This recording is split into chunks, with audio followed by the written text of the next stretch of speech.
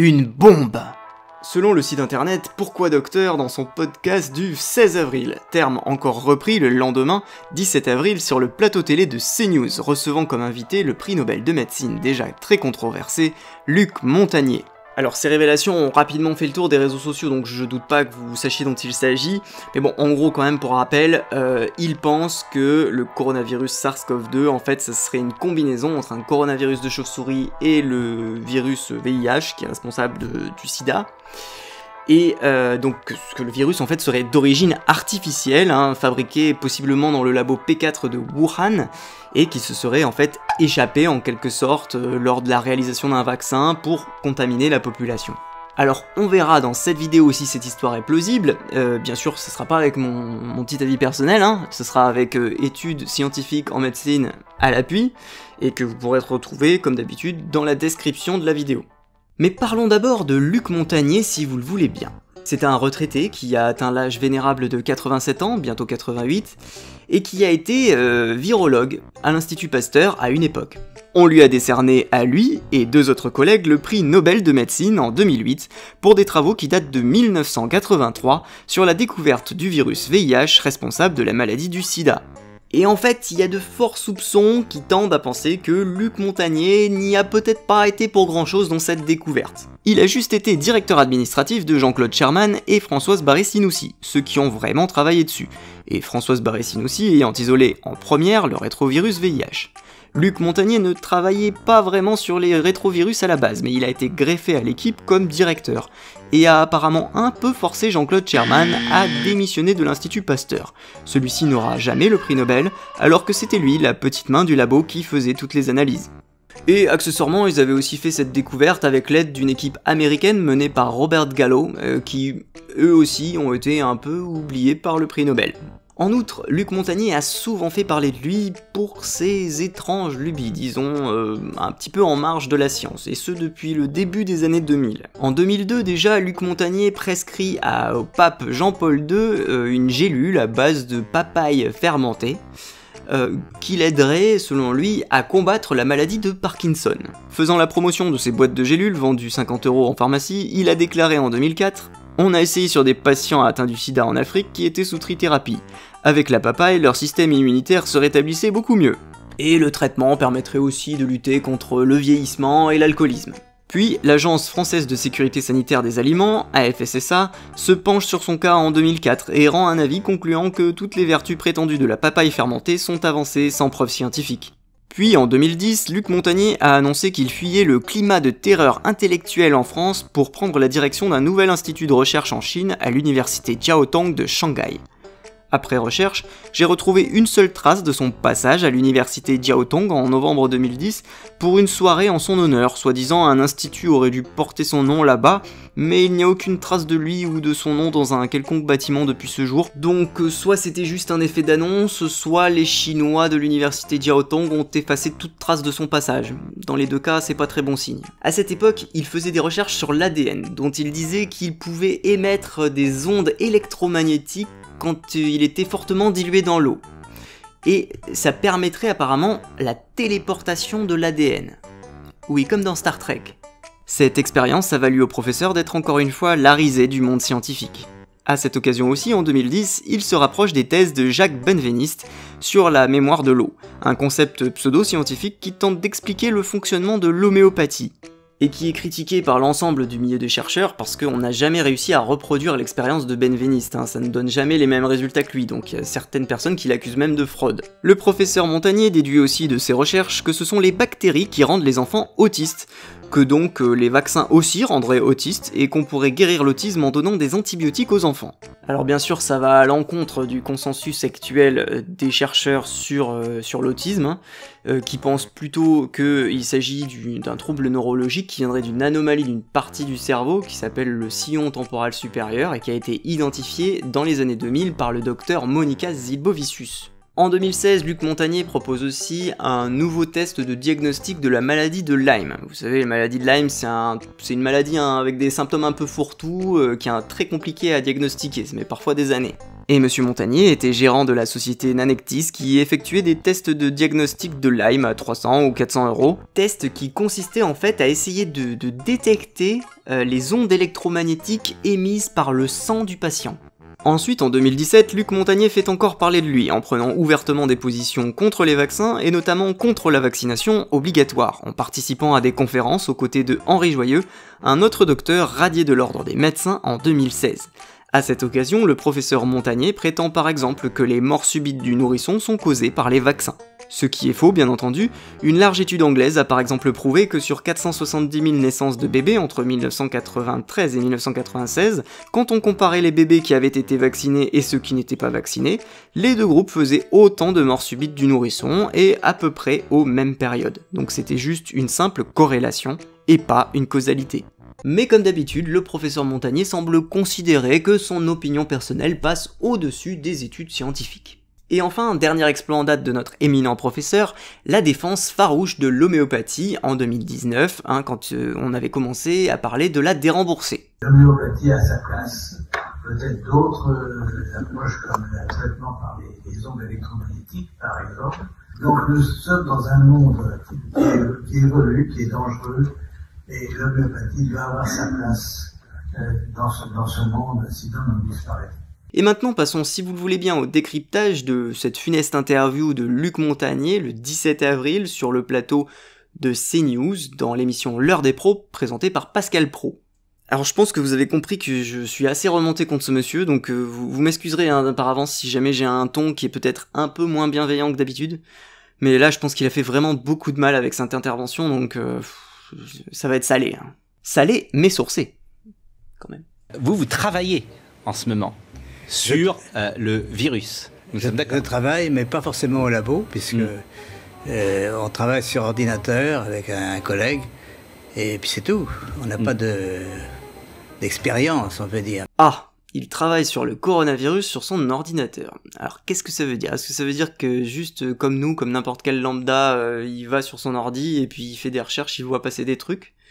Je sais pas, en tout cas c'est pas très rassurant, ça aurait mérité d'être précisé, malheureusement il le précise pas, comment il travaille, où il travaille, dans cette interview il le précisera pas, mais ça aurait été intéressant, parce que là c'est pas très rassurant.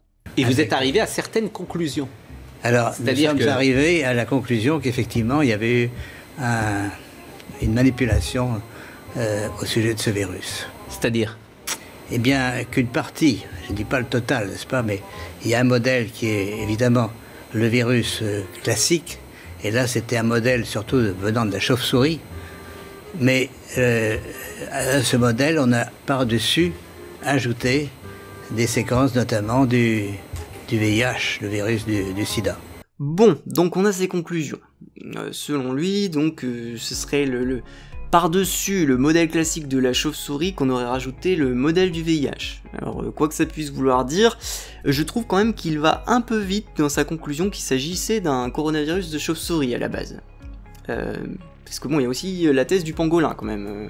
Alors, bien sûr, je comprends pourquoi il va aussi vite sur cette question, parce qu'effectivement, ça colle mieux avec son hypothèse du fait que ça se serait échappé d'un laboratoire, du laboratoire P4 de Wuhan, où effectivement, ils faisaient des expériences sur les chauves-souris, et pas sur les pangolins. Donc je comprends que l'histoire des pangolins, ça l'arrange pas trop. Mais il y a quand même pas mal de spécialistes qui pensent que ça n'a pas passé directement de la chauve-souris à l'humain, mais qu'il a fallu un autre intermédiaire, qui est le pangolin. Donc pourquoi on l'évacue si vite, cette question? Selon une étude publiée dans Nature, une revue scientifique à comité de lecture, les 6 coronavirus du pangolin présenteraient des similarités génétiques allant de 85 à 92% avec le coronavirus humain. Et la protéine virale qui reconnaît le récepteur cellulaire est similaire à 97,4% au SARS-CoV-2 humain. Pour la chauve-souris, c'est 96% de similarité de séquence avec le coronavirus SARS-CoV-2, selon une étude chinoise du 23 février 2020, mais le récepteur cellulaire, lui, semble trop différent aux yeux des spécialistes pour que le virus ait pu passer directement de la chauve-souris à l'humain. Et c'est pour ça qu'on a pensé qu'il y avait peut-être un autre intermédiaire, éventuellement le pangolin. Là encore, c'est pas sûr non plus, mais il faut le prendre en compte, ça. Pour le SRAS de 2002, évidemment, c'était plus simple, parce qu'on avait retrouvé un coronavirus chez la civette qui était identique à 99,8% de similarité de séquence. Donc là, il n'y avait pas de doute, au moins on était tranquille. Même si les complotistes n'avaient pas manqué de dire quand même que c'était un complot, hein, avec début 2003 un scientifique russe qui prétend que le SRAS est un mélange de la rougeole et des oreillons, puis en octobre 2003 un avocat chinois qui publie un livre prétendant que le SRAS est une arme biologique des États-Unis. Sensation de déjà-vu, vous dites ? Mais là, même si on est capable de situer la famille du coronavirus SARS-CoV-2, bien sûr, de remonter son évolution naturelle, on ne sait pas si en dernier lieu il s'agissait, le chaînon manquant, quoi, en quelque sorte, s'agissait du pangolin ou de la chauve-souris, ou d'autres choses même, hein, peut-être encore une civette ou un serpent ou un rat des bambous. Mais bon, j'imagine que notre prix Nobel va amener des preuves de ce qu'il dit, hein, et qu'il se base quand même sur une étude scientifique ou sur des éléments matériels et pas seulement sur son opinion personnelle comme un vulgaire lambda sur internet, hein, quand même. Il a été quand même professeur de médecine à une lointaine époque, donc ce serait un comble. Alors voyons la suite. Mais quand vous dites on a ajouté, qui a ajouté? Ah, moi je ne sais pas. Mais c'est pas naturel, c'est ce que vous voulez dire? Non, ce n'est pas naturel, c'était un travail de professionnel, un travail de biologiste moléculaire. C'est un travail très minutieux, on peut dire d'horloger, on peut dire au niveau des séquences. Donc là il affirme que ce serait pas naturel et que ce serait donc le travail d'un biologiste moléculaire. Ok, d'accord. Alors quand on parle de virus d'origine naturelle, qu'est-ce que ça veut dire déjà? C'est tout simplement ce que font des millions de virus depuis des millions d'années. C'est-à-dire qu'ils mutent aléatoirement, c'est-à-dire ils se transforment aléatoirement en se reproduisant. Vous savez, la mutation aléatoire des gènes, c'est une des mécaniques de base de la théorie de l'évolution. Et donc parfois ils mutent de telle façon qu'il devient capable de se fixer sur les cellules d'une autre espèce animale alors qu'il n'en était pas capable avant. Et on a beaucoup d'exemples où ça s'est déjà produit dans le passé et sans l'aide d'un laboratoire, hein, bien sûr. Donc par exemple, la grippe espagnole de 1918 qui avait tué des dizaines de millions de gens, qui était probablement partie de Chine d'ailleurs aussi. Il y avait aussi la grippe de Hong Kong par exemple de 1970 qui avait tué 2 millions de personnes à travers le monde, dont 35 000 personnes en France.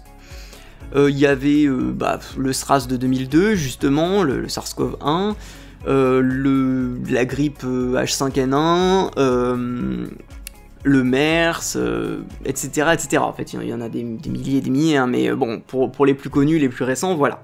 Et on classe les virus dans différentes familles en fonction de leur arbre phylogénétique, et c'est donc déjà un très bon indicateur d'une origine naturelle ou artificielle. Or, les différences génétiques avec les ancêtres communs connus les plus récents du virus SARS-CoV-2 sont plutôt concordantes avec les différences qu'on pourrait attendre dans une évolution naturelle, donc par mutation génétique aléatoire. Mais bon, le professeur Montagnier pense que ce n'est pas le cas pour ce virus. Ok, donc acte. On va donc voir quels sont ces arguments techniques ou médicaux qui prouveraient son hypothèse. La possibilité, c'est peut-être que ils ont voulu faire, on ne sait pas, on a voulu faire un vaccin contre le sida. Donc on a pris des petites séquences du virus et on les a installées dans la séquence plus grande du coronavirus. Ok, bon, malheureusement, on n'a toujours pas d'argument, hein, on reste dans la spéculation, mais il aurait donc imaginé que on aurait voulu faire un vaccin contre le VIH, et que pour ça, donc, on aurait installé une séquence du VIH dans un coronavirus. Le matériel génétique du virus est un long ruban d'ARN, n'est-ce pas? Comme de l'ADN, mais c'est de l'ARN. Et dans ce long ruban, à une certaine place, on a fixé des séquences petites de VIH. Mais ces séquences petites ne sont pas petites pour ne rien vouloir dire. Elles ont la possibilité de modifier, par exemple, ce qu'on appelle des sites antigéniques. C'est-à-dire, si on veut faire un vaccin, on peut très bien modifier la protéine qui est exposée pour le vaccin par une petite séquence venant d'un autre virus. Ah! Ça y est, on a enfin une explication un peu technique de la chose. Par contre, quelles sont les séquences concernées? Combien sont concernées? Dans quel pourcentage? On sait toujours pas. Alors, moi j'ai ma petite idée, parce que je sais d'où il a tiré son hypothèse, mais vous verrez ça après. Et vous êtes certain de ça? Parce qu'on a dit que le bruit a couru, que c'était d'une origine humaine finalement, et ça a été ensuite réfuté par la plupart des autorités scientifiques quand même. Ah! Enfin la voix de la raison s'élève sur ce plateau télé. Donc oui, la plupart des autorités scientifiques, ceux qui ont fait des études sur cette question, ceux qui travaillent pour de vrai sur le coronavirus dans le monde réel, hein, contrairement au professeur Montagnier, donc eux ils pensent que, ils ont conclu même déjà que voilà, que c'était une origine naturelle. Ainsi en est-il par exemple de cette étude dans la prestigieuse revue scientifique Nature du 17 mars 2020 qui conclut « Nos analyses montrent clairement que le SARS-CoV-2 n'a pas été fabriqué ou manipulé dans un laboratoire ». Et eux, pour le coup, ils en ont des arguments techniques, hein. Je vous renvoie à l'étude. Et si vous voulez l'avis d'un autre spécialiste, il y a aussi le virologue Trevor Bedford, qui dit pour sa part, lui, que en fait, un virus modifié aurait probablement un ratio changé entre les acides aminés et les nucléotides. Alors, je le cite, hein, les scientifiques changent habituellement certains nucléotides de façon à créer des changements dans les acides aminés. On change sur les nucléotides, ça fait des changements sur les acides aminés, et c'est ces acides aminés qui font ensuite produire au virus des protéines de nature différente, ce qui entraîne des effets différents. Mais pour le coronavirus, il n'y aurait que 14% des nucléotides qui altèrent les acides aminés correspondants, ce que l'on peut attendre d'un virus qui a évolué naturellement. Ce ratio est d'ailleurs sensiblement le même que pour le virus le plus proche génétiquement, hein, celui dont on avait parlé tout à l'heure, sur la chauve-souris. Alors si vous vous sentez l'âme d'un biologiste moléculaire, hein, vous pourrez toujours retrouver cette étude de Trevor Bedford dans les sources, dans la description de ma vidéo.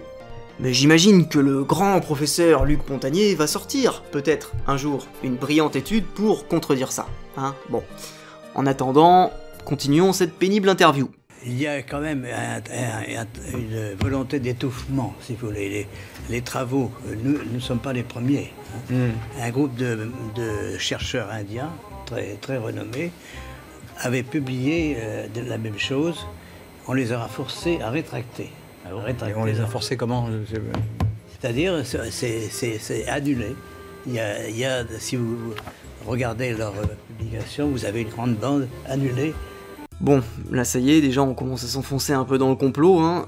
Il y aurait donc eu une volonté d'étouffement de ces pauvres chercheurs indiens. Mais penchons-nous sur cette étude indienne justement, hein, parce que je pense que en fait le professeur Luc Montagnier se base principalement sur cette étude indienne. En tout cas, il apporte pas vraiment d'éléments supplémentaires au cours de cette interview, donc je suppose qu'il se base principalement sur ça.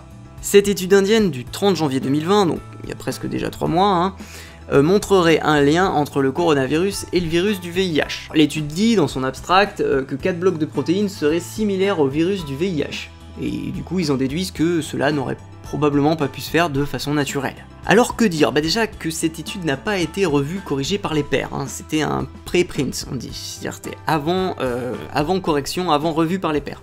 Et justement cette étude elle a été très critiquée par les pairs en question, c'est-à-dire par les autres médecins, parce que ça oubliait plein d'autres virus. C'est-à-dire que la séquence en question, les 4 blocs de protéines qui ont été comparés au VIH, en fait ça se retrouvait dans des centaines d'autres virus aussi. Pas du VIH en particulier. Donc il n'y avait aucune raison pour qu'il le lie au VIH plutôt qu'à un autre virus en particulier. À part que le VIH, tout le monde le connaît. Donc c'était un peu plus sexy au niveau médiatique, mais c'est tout. En fait, ils ont juste utilisé le programme BLASTP, qui permet de comparer des séquences génétiques connues et enregistrées dans une base de données. Et en fait, ils ont comparé juste 4 séquences de protéines avec la base de données. Seulement, si on utilise le même programme qu'eux et qu'on recherche ces séquences, comme l'a fait cet étudiant sur Twitter, merci à toi au passage Colin, on s'aperçoit qu'elles se retrouvent aussi dans plein d'autres virus, et notamment, oh comme c'est étrange, dans d'autres coronavirus de la chauve-souris, ignorés pourtant par les chercheurs indiens. Et puis en fait, quelle que soit votre recherche de séquences ADN dans BLASTP, vous trouverez toujours une correspondance avec des séquences du VIH. Car en fait, dans la base de données utilisée, NCBI, il y a 6 millions de séquences de VIH enregistrées, contre seulement 50 000 séquences de coronavirus. Parce que tout simplement, le VIH est le virus le plus étudié au monde. Ce qui augmente donc forcément statistiquement ses chances de trouver une homologie avec le VIH dès lors qu'on recherche une séquence ARN courte. A noter que ce programme BLASTP est accessible à tous sur internet, je vous donne le lien, et aussi un lien vers un tutoriel pour apprendre à s'en servir. Alors vous aussi, faites comme le prix Nobel de médecine, et amusez-vous à chercher des séquences de VIH dans l'ADN des pommes, des bananes ou des champignons. Oh non, regardez, si je recherche ce bout d'ADN d'avocat HKLK-HHP, je découvre que mon avocat a été mélangé avec du VIH en laboratoire. Damned! Vous l'aurez compris, cette méthode, le BLAST, n'est pas du tout adaptée pour ce genre de séquences génétiques courtes. Bah, on trouve forcément toujours des homologies. Donc c'est pas signifiant en fait, c'est pas pertinent, ça veut rien dire du tout. Ou alors avec la même méthode, il faudrait conclure que tous les autres virus du monde, ils sont combinés aussi avec le VIH. C'est ce qui est complètement stupide en fait. Et pour reprendre encore comme exemple le virologue Trevor Bedford, il avait déjà débunké cette théorie de combinaison avec le VIH dès le 1er février, juste le lendemain de la sortie de l'étude des Indiens. Et il avait aussi montré les fameuses correspondances des séquences de l'étude indienne avec plein d'autres choses. Enfin, il est bon de préciser que suite aux critiques de leurs pairs, ce sont les chercheurs indiens eux-mêmes qui ont rétracté leur étude, personne ne les a forcés. Alors bon, c'est vrai que d'un autre côté, ils avaient quand même pas trop de choix parce qu'ils étaient un peu en train de passer pour des cons devant tous les scientifiques du monde entier. Mais voilà, c'est quand même eux qui l'ont rétracté. Mais ce que vous dites là, la plupart des scientifiques disent le contraire quand même. De moins en moins. De moins en moins. Ah bon? De moins en moins de scientifiques disent le contraire. Lesquels exactement? Combien? On sait pas, évidemment on saura pas. Il s'agit là encore de son pifomètre. J'ai appris en cours de montage l'existence d'une étude publiée par le mathématicien Jean-Claude Pérez, un ami à Luc Montagnier. Apparemment il se baserait aussi là-dessus en plus de l'étude indienne. Je n'estime pas nécessaire de rajouter dans cette vidéo un débunkage de cette étude qui comporte globalement les mêmes problèmes que l'étude indienne, à part qu'elle est un peu plus fouillée et détaillée, mais ça reste le même biais statistique. Donc je vous mets juste dans la description un lien vers un thread Twitter d'un étudiant en biologie qui décrypte en détail les problèmes de cette étude. Moi je suis, on peut dire, hors d'âge. Je suis prix Nobel. Oui, on a compris que vous étiez prix Nobel, professeur. Et on a vu aussi que vous étiez hors d'âge. Et je peux travailler librement. J'ai donc aucune pression sur moi qui peut agir. Ah mais ça, on ne dit pas qu'une pression agit sur vous, mais par contre, la volonté de se montrer comme ça sur tous les plateaux télé, et que tout le monde continue de vous écouter religieusement, ça je pense que ça vous plaît encore beaucoup, professeur. Et quoi de mieux pour faire parler de soi que de nager à contre-courant, comme à votre habitude? Ça ne peut être que la main de quelqu'un d'autre, la main d'un homme. Absolument. Il y a dans cette affaire une concentration, si vous voulez. Vous avez un long ruban, il y a 30 000 bases, si vous voulez, 30 000 signes qui portent le matériel génétique. Et tout est concentré dans les 30 000, dans 1000 bases, même moins de 1000 bases. Donc, qui a attaché des petits morceaux, il y a une partie de ce génome donc, qui est faite en fait du VIH. Il y a une majorité de séquences du VIH. Alors là, notre professeur, il est en train de mélanger un peu le tout avec ses connaissances de l'époque, comme ça donne un peu l'apparence qu'il maîtrise ce qu'il dit. Alors effectivement, il y a 30 000 caractères dans l'ARN du virus, mais bon, l'étude indienne, elle a bien fait l'étude sur les 30 000 caractères, pas sur seulement 1000 ou je sais pas quoi, elle a fait l'étude sur les 30 000 caractères, et en comparant 30 000 caractères, elle a, sur des 4 petites suites de quelques lettres, elle a trouvé des correspondances. C'est pas du tout une histoire de majorité, il n'y a pas de séquence majoritaire du VIH ou je sais pas quoi, c'est faux en fait. Ou alors il faudrait que le professeur Montagnier il le prouve à ce moment-là, avec une étude qui à son tour montre qu'il y a on retrouve des séquences longues cette fois, sinon on retrouvera toujours les séquences courtes avec le VIH comme je l'ai expliqué, mais voilà, qui montre à ce moment-là qu'il y a des séquences longues du VIH qui se retrouvent dans le coronavirus.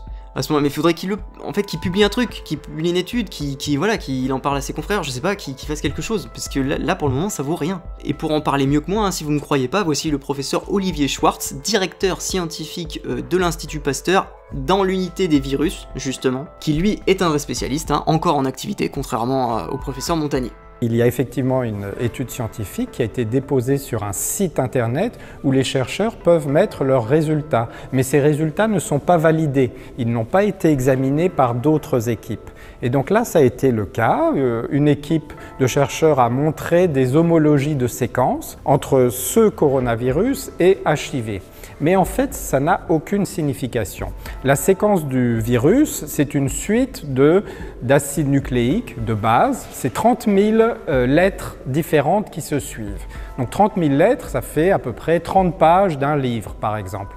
Et ils ont comparé ces 30 pages de livre à 30 pages d'un autre livre, le livre du VIH. Et ils se sont aperçus qu'il y avait des groupes de 3 ou 4 lettres en commun. C'est comme si dans un roman, il y a écrit le mot « chat », et dans un autre roman, il y a également écrit le mot « chat » parmi des dizaines de milliers de mots. Alors statistiquement, il y a des homologies forcément, mais cela n'a aucune valeur, c'est juste dû au hasard. Les conséquences pour ceux Et alors là, moi, je fais très attention forcément à ce que je dis, parce que je pense à ceux qui ont eu le Covid-19.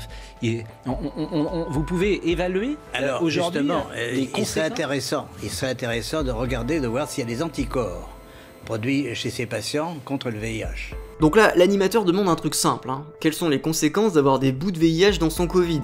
C'est évidemment, quand on connaît les conséquences à long terme, les conséquences à vie même, hein, de la maladie du sida, qui est due au virus du VIH, on peut avoir peur et se demander, à ce moment-là, professeur, si j'ai des bouts de VIH dans mon Covid, qu'est-ce que je risque du coup? Quelles sont les conséquences médicales de ça? Comment ça se traduit médicalement?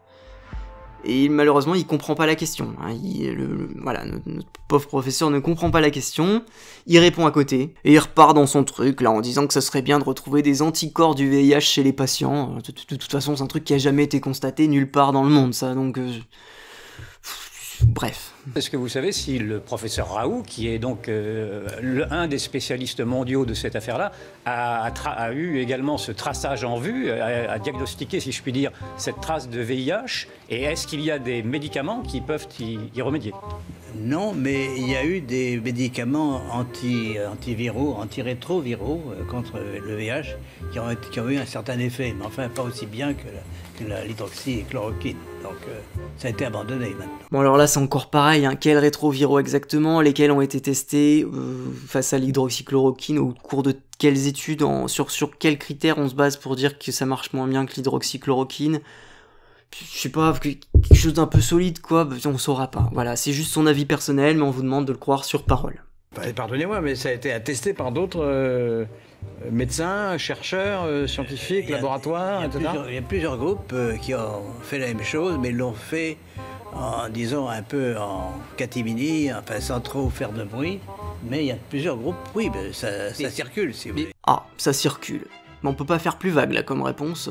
Quels autres groupes de chercheurs ont confirmé ça exactement? Cherchez pas, hein. On le saura pas, il ne le dira pas. Il pense sans doute que d'autres chercheurs l'ont confirmé, hein. Il y croit sûrement très fort. Mais en fait, il en sait rien, parce qu'il n'est pas allé vérifier. Et maintenant, regardez cet échange un peu surréaliste où le pauvre présentateur de télé tente de demander au professeur Montagnier comment il pense que le virus est sorti du laboratoire, comment il s'est échappé. Vous allez voir que le pauvre professeur de 88 ans, un peu perdu, continue à radoter ses propos sans comprendre la question. Comment après ce vaccin il sort? Quoi, ce virus il sort? Comment il sort du laboratoire? Il est produit par le laboratoire. À ce moment-là, c'est ce qu'on appelle un recombinant. Ce virus est produit par le laboratoire chinois qui l'a trouvé ou bien d'autres laboratoires. Oui, mais ils prennent des gens pour le tester? Comment il sort? Bien sûr, alors si on parle d'un vaccin, là c'est un autre sujet, c'est un vaccin contre le coronavirus. Non mais je veux savoir comment il sort du laboratoire. Comment de la fabrication d'un vaccin contre le VIH, on arrive à une pandémie mondiale? C'est ce lien-là que je ne saisis pas. Parce qu'ils ont fait une construction donc qui est un virus corona. Un ARN de virus corona, et dans une petite partie de ce ruban, vous avez des séquences VIH, de telle façon qu'elles soient exposées bien sûr au système immunitaire. Donc la prédiction c'est qu'effectivement il y a des anticorps contre le VIH chez des patients affectés par le coronavirus. Ceci on ne peut pas le démontrer. Oui mais vous me dites pas comment il sort, c'est parce qu'on prend des patients et on va tenter de tester ce vaccin qu'on est en train d'élaborer et qu'après il se diffuse comme ça. C'est ça que je ne saisis pas. Là ça va prendre beaucoup de... On parle d'un vaccin. Un vaccin en général à partir d'un coronavirus, ça va prendre beaucoup de temps effectivement. Oui, on peut y avoir des esclaves chez les animaux. Chez les souris. Oui mais j'ai l'impression que et ensuite, j'ai l'impression que je me fais mal comprendre en fait. Fabrication du vaccin. Dans le laboratoire, fabrication. Nous sommes d'accord. Vous nous dites, effectivement, on cherche... Le vaccin. Vaccin vaccin VIH, c'est comme ça. Le vaccin doit être atténué. C'est-à-dire, on peut soit traiter les mais j'entends bien, mais comment ça sort du laboratoire? Pourquoi les gens sont-ils infectés après? Parce qu'on le teste. Et je répète, enfin, c'est ce qui se dit un peu partout, c'est qu'il y a eu une fuite. La construction virale s'est échappée du laboratoire de Wuhan. Bon, comme vous le voyez, il finit enfin par comprendre la question. Hein. Au bout de 5 tentatives, il répond... Je répète, enfin, c'est ce qui se dit un peu partout, c'est qu'il y a eu une fuite. Voilà l'argument d'un prix Nobel. Hein. C'est ce qui se dit un peu partout. Oh, je traînais sur internet, et puis j'ai vu que c'était ce qui se disait un peu partout. Non mais franchement, on est où là? Au nom de quoi on donne le micro à ce pauvre monsieur qui ne sait rien du sujet? Mais laissez-le tranquille, je sais pas, remettez-le dans son EHPAD, laissez-le terminer sa soupe tranquillement, et arrêtez de lui poser des questions compliquées comme ça. Invitez des vrais spécialistes, enfin je sais pas, merde quoi. Et la manière dont vous travaillez aujourd'hui, vous semblez avoir des certitudes. Donc alors, où vous travaillez aujourd'hui? Oui. Une question éminemment intéressante de la part du présentateur télé qui a soudainement un éclair d'intelligence, une étincelle d'esprit critique. Où et comment travaille aujourd'hui ce monsieur sur le coronavirus? La question elle est claire en tout cas, hein, mais la réponse... On travaille sur les séquences, c'est pas ce qui est fondamental, c'est les séquences. Et je peux revenir un petit peu en arrière puisque... Voilà, donc évidemment, il répond à côté. Et où travaillez-vous aujourd'hui, professeur? Je travaille sur les séquences. Oui, on travaille sur les séquences, c'est pas ce qui est fondamental, c'est les séquences. Et je peux revenir un petit peu en arrière puisque l'histoire du sida se répète à ce moment. Enfin, de l'origine du virus du sida se répète un peu aujourd'hui. Alors à l'époque... Et sur ce, il détourne vite le sujet sur le seul sujet qu'il connaît encore un peu, hein, le VIH, en nous pondant toute l'histoire de sa découverte du VIH, alors qu'on s'en fout, hein, c'est complètement hors sujet. Et donc, si vous avez une séquence étrangère dans le coronavirus, aujourd'hui, eh bien, vous la détectez facilement par ce qu'on appelle la bioinformatique, n'est-ce pas? Voilà, donc il le dit, hein, s'il y a une séquence étrangère dans ce coronavirus, on peut la détecter facilement. Mais alors dans ce cas, pourquoi aucun chercheur au monde ne l'a trouvée, cette séquence étrangère? Pourquoi? Pitié, j'espère que les mecs sur ce plateau vont lui poser la question. Facilement par ce qu'on appelle la bioinformatique, n'est-ce pas? Et pourquoi on le fait pas, ça? Et pourquoi ça n'a pas été fait? Pourquoi ça n'a pas été fait? C'est ça que je sais pas. Parce que c'est de la biologie moléculaire, alors... Cette réponse n'a aucun sens. Mais enfin, professeur, vous dites que ce virus vient du kangourou, pourquoi ça n'a pas été prouvé avant? Parce que c'est de la biologie moléculaire, alors... Mais enfin, professeur, vous dites que la séquence ARN du coronavirus danse la lambada au microscope, pourquoi personne n'a vu cela jusqu'ici? Parce que c'est de la biologie moléculaire, alors... Mais enfin, professeur, pourquoi vous ne répondez pas à nos questions? C'est de la biologie moléculaire, alors... Ce n'est pas une réponse! N'importe quel virologue va le voir immédiatement. Alors, ça paraît simple. Donc pourquoi personne ne dit attention, ce virus, il n'est pas naturel, il y a quelque chose qui a été fabriqué, il y a quelque chose d'artificiel là-dedans, et pourquoi personne ne le dit? Oui, mais voilà, mais merci de recadrer un peu votre invité. Si c'est si facile à repérer, mais pourquoi aucun virologue au monde ne le voit? Ça, c'est juste de la pure logique. Alors, il y a une réponse mauvaise là-dessus. C'est que ces séquences sont courtes. Et certains disent, elles sont trop courtes, c'est le hasard, etc., etc. Ah, donc il y a une polémique sur la question, alors. Il y a une polémique sur la question. D'accord. Alors, notre cher professeur Montagnier répond encore une fois à côté de la question, mais ça amène quelque chose d'intéressant quand même. Parce qu'apparemment, il connaît les critiques des spécialistes contre cette hypothèse. Oui, les 4 séquences identifiées sont trop courtes pour que ça signifie quoi que ce soit d'autre que du hasard. Et donc, pourquoi, selon lui, ce serait une mauvaise réponse? Mais on répond tout de suite, parce que ces longueurs sont quand même des longueurs qui portent une information génétique. Contrairement à ce qui est dit que c'est le hasard, c'est pas vrai. Voilà donc l'argumentation du prix Nobel de médecine. Ces séquences portent des informations, donc c'est pas vrai. Toutes les séquences génétiques portent des informations, hein. C'est le principe du truc justement. Et puis l'argument... C'est une mauvaise réponse parce que c'est pas vrai. C'est du niveau CE2 comme argument là, il n'y a pas d'autre mot. C'est grave quand même. Pourquoi n'en parlez-vous pas au professeur Delfrécy? Pourquoi n'en parlez-vous pas au professeur Raoult? Pourquoi ne vous Je suis prêt à en parler. Mais pourquoi ne l'avez-vous pas fait dès à présent? C'est ça que je n'arrive pas non plus à comprendre. Tiens, mais c'est vrai ça, mais c'est une bonne question, professeur. Pourquoi vous n'êtes pas allé en parler à vos confrères médecins, plutôt que d'aller en parler sur les médias? Si votre découverte est tellement importante, partagez vos informations à vos confrères médecins. Sortez une étude. Pourquoi vous perdez votre précieux temps sur un plateau télé? Parce que c'est de la biologie moléculaire, alors... Ah, à moins que vous n'ayez conscience, quelque part au fond de vous, qu'il n'y a plus que sur un plateau télé que vous pourrez encore briller sur ce sujet? Si, c'est-à-dire qu'il y a un processus qui prend du temps. On a envoyé, bien sûr, des publications. Il y a déjà une publication. D'accord. Ah, bah il a écrit une publication alors? Il y a déjà une publication. D'accord. Dans une revue indienne. Papy, tu radotes! Parce que, je répète, il y a une pression énorme. Cette publication indienne, elle date de quand? Elle date de quelques semaines. Elle date du 30 janvier 2020, il y a 2 mois et demi. Il y a une pression énorme pour que tout ce qui est sur l'origine du virus, c'est le blackout, n'est-ce pas? Ah! Donc il y aurait donc une pression énorme sur tous les chercheurs de tous les pays du monde pour cacher l'origine du virus. Mais oui, bien sûr.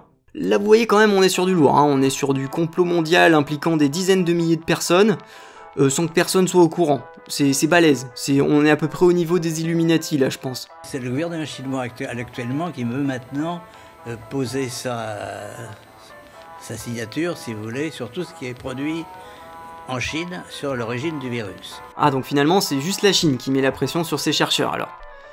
Donc du coup, les autres chercheurs des autres pays du monde, ils sont libres. Mais il ne peut pas contrôler le monde entier, bien sûr. Donc nous sommes en dehors de la Chine. D'ailleurs, on pense que la Chine est aussi une victime dans cette affaire, par la fuite, par l'échappement du monstre qu'ils ont créé. Donc,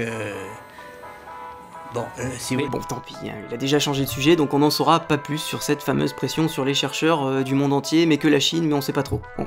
La Chine, sa version officielle, le virus vient du marché aux poissons de Wuhan. Alors non, ça c'est pas la version officielle des autorités chinoises, hein. Ça a changé déjà depuis 1 mois et demi, ça a changé depuis début mars.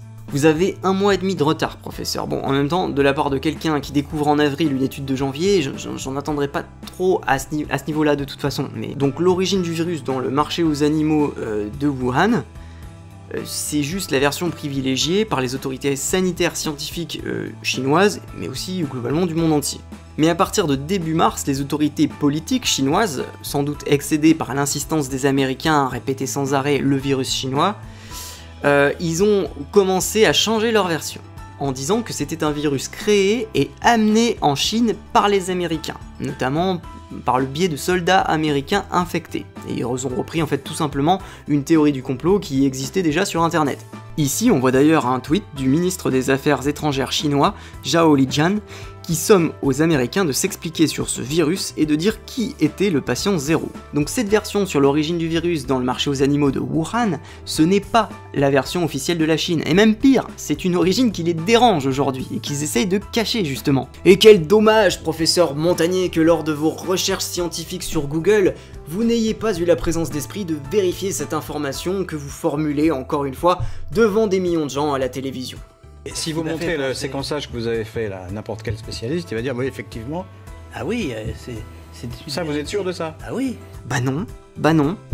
Un docteur spécialiste en immunologie a répondu dès le 17 avril aux prétentions du professeur Montagnier sur son blog par un post détaillé où il se sert du programme BLAST dont on a parlé tout à l'heure pour comparer différentes souches de VIH avec le SARS-CoV-2.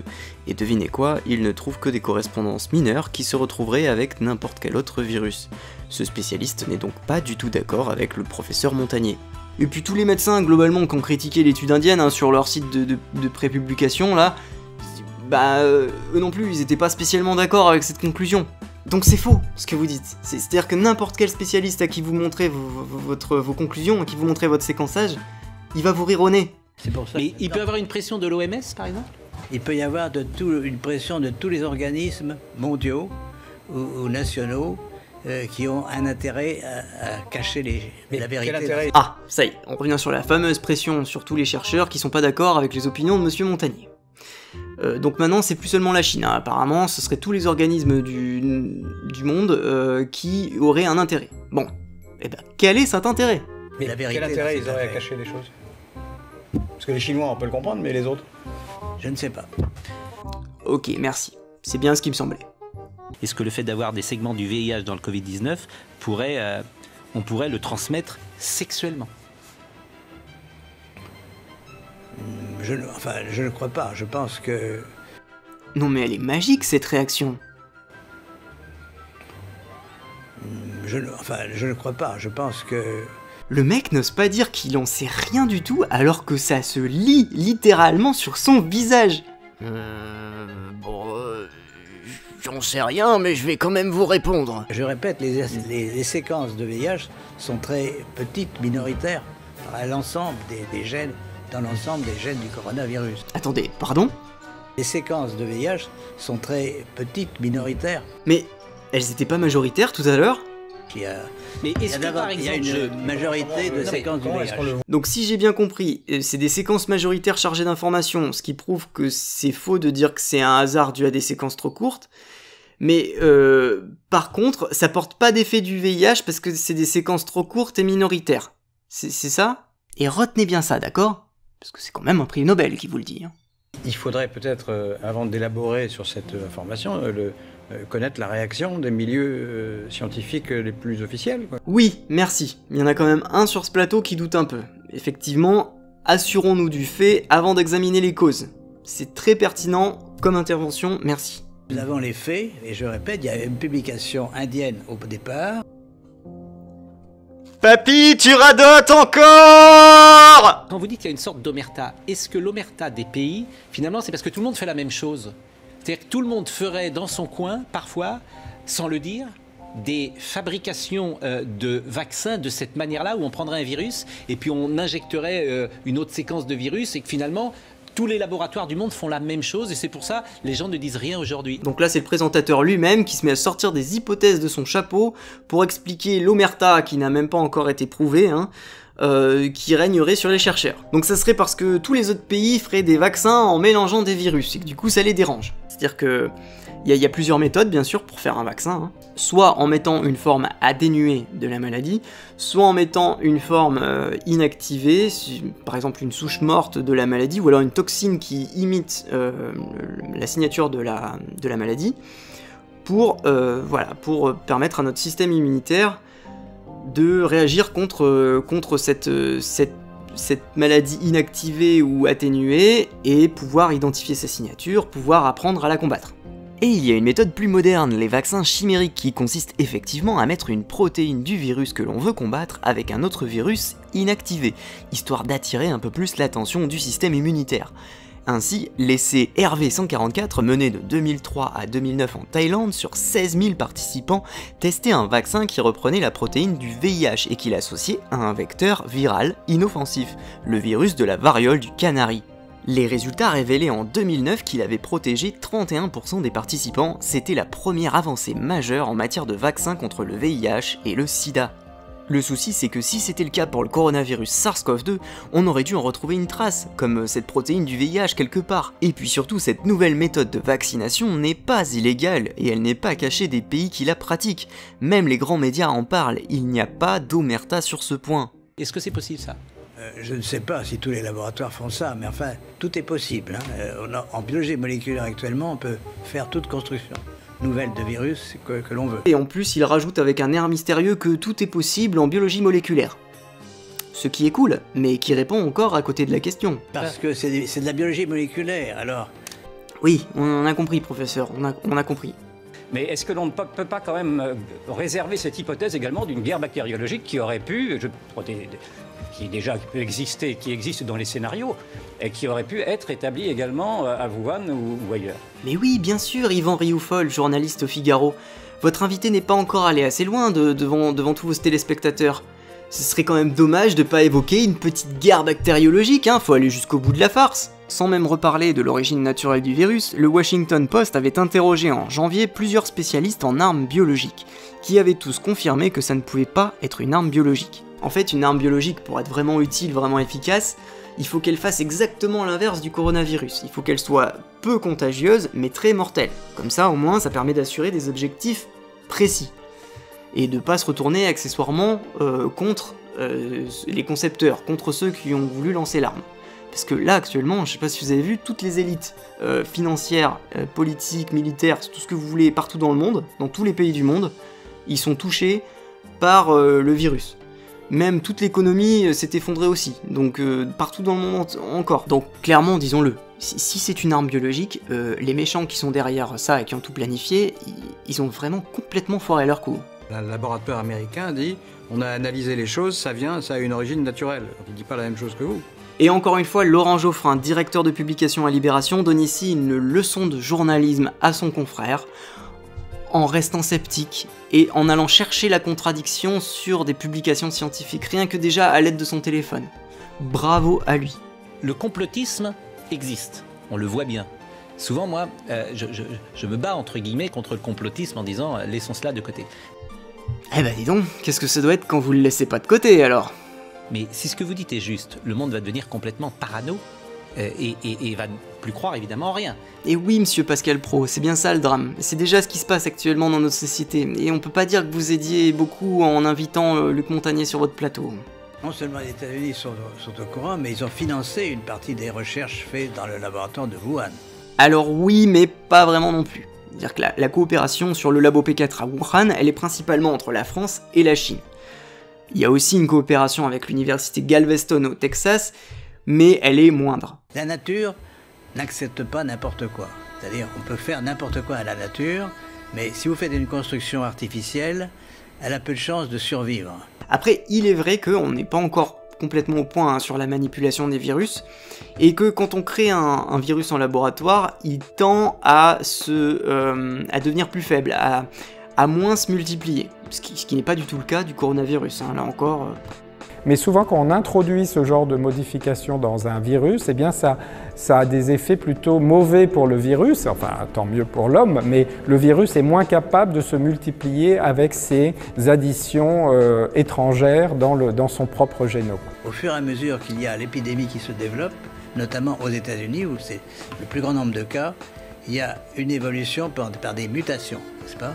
Donc on a des patients dont on a isolé le virus et fait la séquence du virus dans la partie ouest des États-Unis, à Seattle, et cette séquence est presque démolie. Alors au contraire, les recherches sur le virus à Seattle ont montré qu'effectivement il y avait des mutations du coronavirus, mais des mutations assez faibles en comparaison de la grippe. C'est-à-dire que la grippe, ce serait une fois tous les 10 jours à peu près qu'elle mute, alors que le coronavirus, c'est une fois tous les mois à peu près. Et à votre avis, quel chercheur étudie le virus à Seattle, justement? Trevor Bedford, le virologue dont je vous parlais tout à l'heure et qui a défoncé l'étude indienne le 1er février. Et cette faible fréquence de mutation, elle est confirmée par d'autres chercheurs aussi, hein, comme Andrew Rambo de l'université d'Édimbourg, biologiste spécialiste en évolution moléculaire. Et si ma prédiction est exacte, on va trouver de plus en plus de virus mutants, inactivés. Ce virus-là va se défaire assez rapidement, si je comprends. Exact. C'est ça. Perdre ses séquences. Et rapidement, ça veut dire quoi, rapidement? Pour vous, rapidement, c'est quoi? C'est en mois, c'est en année? Au fur et à mesure des transmissions. Hein. C'est pour ça que l'épidémie nous apprend. Oh, la jolie esquive de la question. Encore une fois, il n'ose pas dire qu'il ne sait pas, et il préfère répondre à côté. Et ce virus, il se dégradera dans combien de temps, exactement? Des mois, des années? Oh, ben, au fur et à mesure des transmissions, hein. Vous savez, on apprend vraiment plein de choses avec les épidémies. Oh, regardez, une bouteille de lait. Vous voyez, comme toutes les bouteilles Lactel, elle referme vraiment très bien le lait. Personne n'a mentionné pour l'instant, c'est une découverte de nous-mêmes d'ailleurs. C'est vous qui l'avez découvert. C'est nous qui l'avons découvert. Mais non, c'est faux. C'est pas vous qui avez découvert le coup de la combinaison coronavirus-VIH, puisque vous avez dit tout à l'heure que c'était l'étude indienne. Et maintenant, passons, je vous prie, à la fin de cette interview et au clou du spectacle. Et quels sont les moyens pour lutter, selon vous, contre cette contagiosité? Le confinement est la bonne solution? Si vous voulez, moi j'ai une solution un peu d'avant-garde, parce que je travaille là-dessus pour d'autres raisons. C'est que les ondes peuvent modifier les fréquences, certaines fréquences d'ondes peuvent modifier la présence de ces séquences. Comme elles sont étrangères, peut-être on va pouvoir les distinguer du reste du coronavirus et les détruire d'une façon sélective. Là, c'est de la science-fiction pour l'instant. Pardon? Sa solution contre la contagiosité du virus, c'est pas le confinement, mais les ondes? Et là, je ne peux la vérifier que si j'ai les moyens de le faire. Nous sommes environnés d'ondes électromagnétiques. Pourquoi ne pas utiliser une partie de ces ondes pour détruire des séquences sélectivement d'ARN ou d'ADN? Et ça, ce sont des molécules d'un élément stable, beaucoup plus lourd, avec un poids atomique 200 fois plus élevé. Bien sûr. Mais il y a des projets encore de plus en plus importants pour que ces ondes soient encore plus autour de nous. Alors, je répète, et c'est un sujet à étudier, c'est pas le rôle des ondes. On a dit, par exemple, que la ville de Wuhan était très en avance pour l'installation d'antennes 5G, n'est-ce pas? Oui. 10 000 antennes sont dans cette région. Et donc, elles ont pu contribuer au pouvoir pathogène du virus. Les ondes des antennes 5G de Wuhan ont pu contribuer au pouvoir pathogène du virus. Je suis désolé, mais là, il est temps de la lancer. Alerte complot. Alerte complot. Tous à vos postes, camarades. Là, notre prix Nobel nous sort le bouquet final. C'est la faute des ondes 5G. Une théorie défendue notamment par l'anthroposophe américain Thomas Cowan, qui pense que la 5G abaisse nos défenses immunitaires face au virus, voire fait carrément apparaître le virus dans notre corps comme par magie à partir de débris créés par les ondes. Alors certes, Wuhan était l'une des 50 villes en Chine où la 5G a été allumée en novembre 2019, mais c'est pas là que ça a été mis en premier, hein. C'est parti de Monaco en mars 2019, après ça a été installé en grande pompe à grande échelle en Corée du Sud en avril 2019, à l'occasion du grand show là pour les Jeux Olympiques d'hiver là. Et la Corée du Sud, c'est un petit peu le pays qui s'en sort peut-être le mieux en fait face à l'épidémie de coronavirus. Et les ondes 5G sont de toute façon beaucoup trop faibles pour nous atteindre en quoi que ce soit. Enfin, je veux dire, c'est comme les gens qui ont peur de leur box Wi-Fi ou qui pensent que les ondes de leur téléphone, elles peuvent faire griller du popcorn. On est sur le même registre, c'est des gens qui ont peur de la technologie parce qu'ils la comprennent pas, et donc quand il y a des nouveautés technologiques, ils ont des peurs irrationnelles comme ça. Et donc la 5G, ça fait partie de ces peurs irrationnelles qui apparaissent à chaque nouveauté technologique un petit peu répandue. Et cette théorie du complot des antennes 5G reçoit malheureusement une grande audience sur internet. Certains vont même jusqu'à incendier des antennes 5G parce qu'ils croient que ça contribue à l'épidémie de coronavirus. Et Luc Montagnier ne fait ici que reprendre à son compte toutes ces théories bidons qui traînent déjà sur internet en fait, et qui ne sont en rien fondées scientifiquement. On est très loin de la science, très très loin. Bon, pour finir, laissons le mot de la fin à Laurent Geoffrin, hein, le seul de ce plateau à avoir gardé une position sceptique du début à la fin. Je lis là dans le... C'est une fiche, je crois, que vous avez été contesté violemment par d'autres prix Nobel sur des thèses scientifiques. Il y a une pétition qui a été faite contre vous, c'est ce que je lis là. Hein. Ah, mais ça, c'est une autre histoire. C'est une autre histoire, oui. Mais c'est frappant quand même que tous les prix Nobel se liguent contre vous. C'est pas tous les prix Nobel. Une partie en tout cas. Il y a une partie, hein, c'est pas...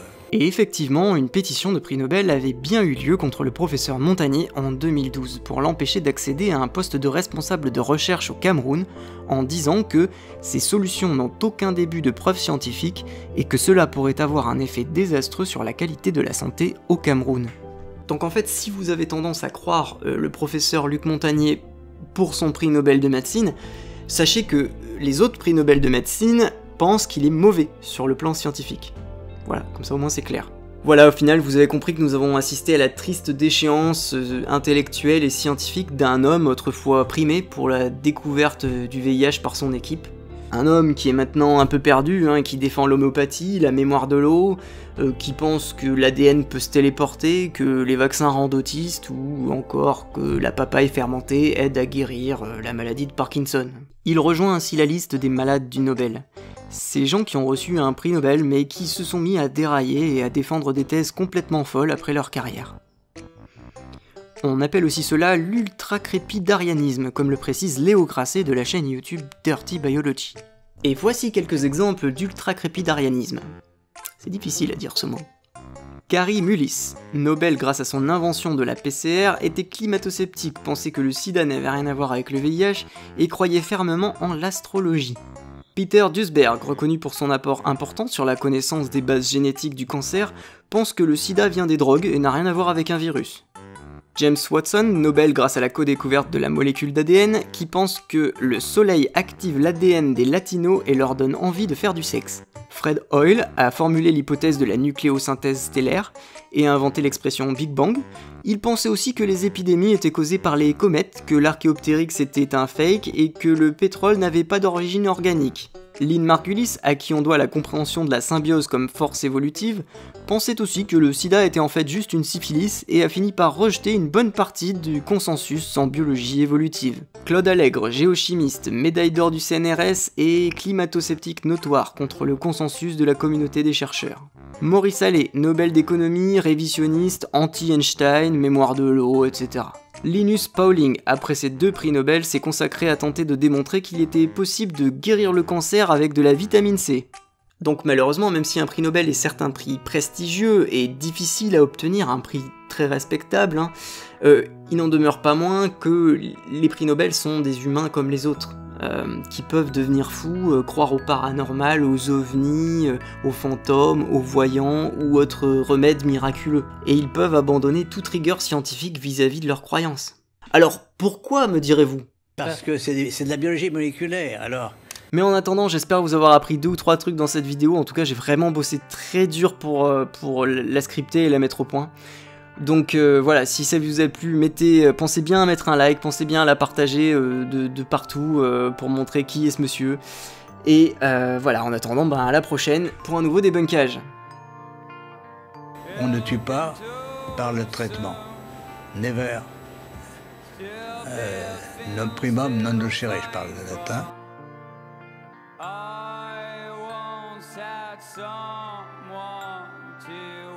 C'est pas vous qui avez découvert le coup des séquences ADN là avec le... Oh putain.